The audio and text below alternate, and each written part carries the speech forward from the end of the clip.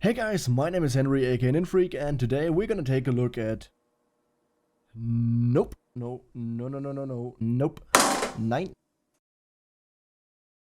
Now that I've poisoned the well, let's go.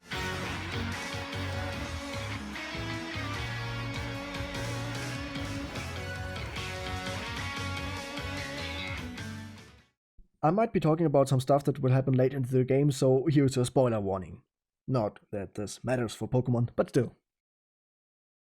Pokemon is back once again with a main series title, and I'm sure I don't have to explain that whole poke thingy. Like you're a 10-year-old catching all sorts of cute and not so cute monsters, let them do beetle fighting, go on adventure, take down a terrorist organization, yada yada yada. After more than 20 years, you're probably well aware of everything the series is all about. However, this time it's a main series title on the Switch, you know, Nintendo's fancy powerful console that brought us one of the best games ever, and that Pokemon spin-off that was actually pretty cool. So what fans were expecting was like a Pokemon Breath of the Wild. A game that dares to break tradition and lets us do things that would have been impossible on handheld consoles the series was originally stuck to.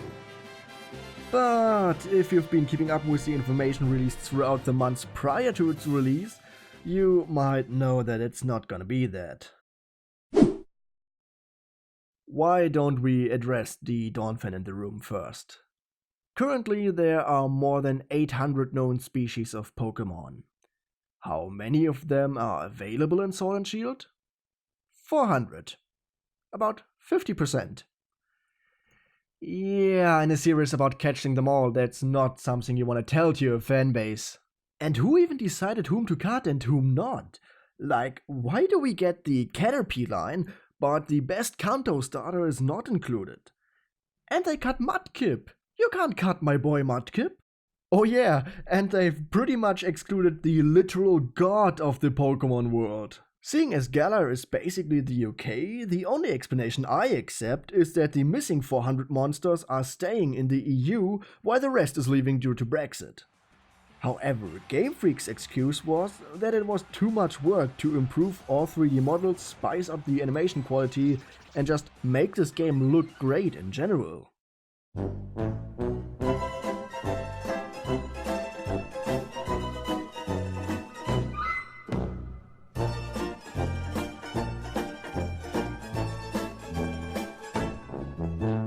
Yeah, that excuse is bullshit. Both models and animations were reused from Sun and Moon. Even your rival was copy-pasted and the texture work is insufficient. There are some good videos explaining why animating a single Pokemon isn't as difficult as Game Freak wants you to believe, and some fans even propose some very good ideas on how to improve the animation without pumping up the workload too much. So I'm not gonna explain that any further. It's just, in general, the game still feels like a way too early build from a technical standpoint. But amidst this whole chaos surrounding Dexit and Game Freak Lite, I feel like one question was rarely ever asked. Is the game fun to play? Yes. Yes it is. Despite its shortcomings, and oh boy, there are many of them, it's still Pokemon at its core. You still play rock, scissors, papers on steroids, you still catch a whole lot of different monsters, and you still get to challenge all those gym leaders and participate in the championship. If you want to take some time off battling, you can try to become the very best chef like no one ever was, or interact with your Pokemon. To some degree at least. Also, coming back to battling, there is that whole Dynamax thing that replaces Z-moves and Mega Evolution, and it's clearly not as cool as these two, but I can make my Corgi go chonks.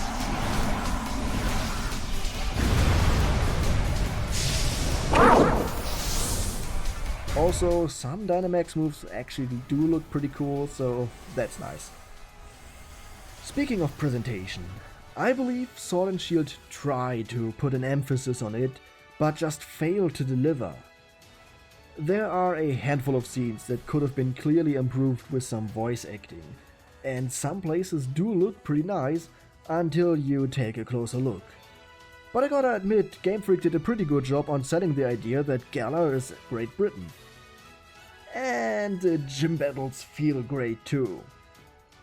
You have to do a nice little challenge before you're allowed to fight the gym leader. The first one, for example, wants you to play the tutorial of Twilight Princess. And the fight then takes place in an actual stadium, with people chanting and everything.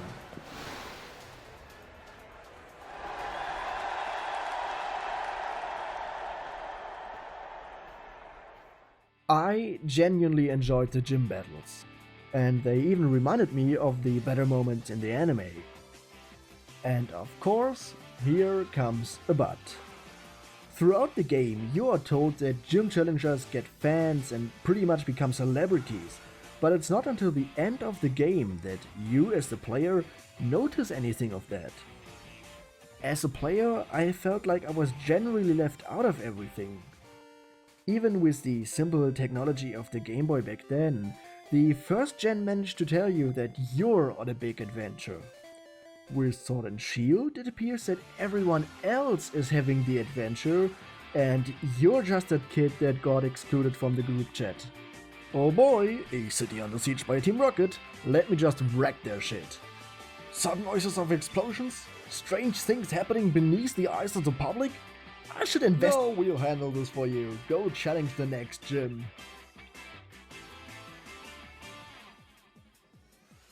Again, it's not until the end of the game that you're suddenly allowed to be a part of it. And then it feels totally rushed, just like the whole game.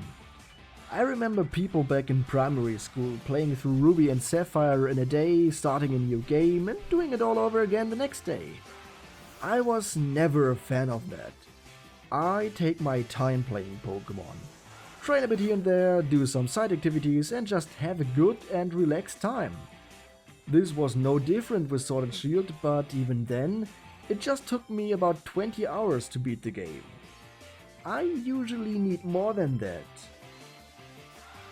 I then wanted to write the script for the review and complete the post-game later, but before I knew it, it was over.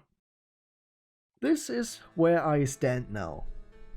I can't say I didn't like playing the game, but I can't say that I truly enjoyed it either. Sword and Shield feel empty and unfinished, but not unplayable. I had fun, but I'm still disappointed. Not just because of the lackluster visuals or the missing technical improvements.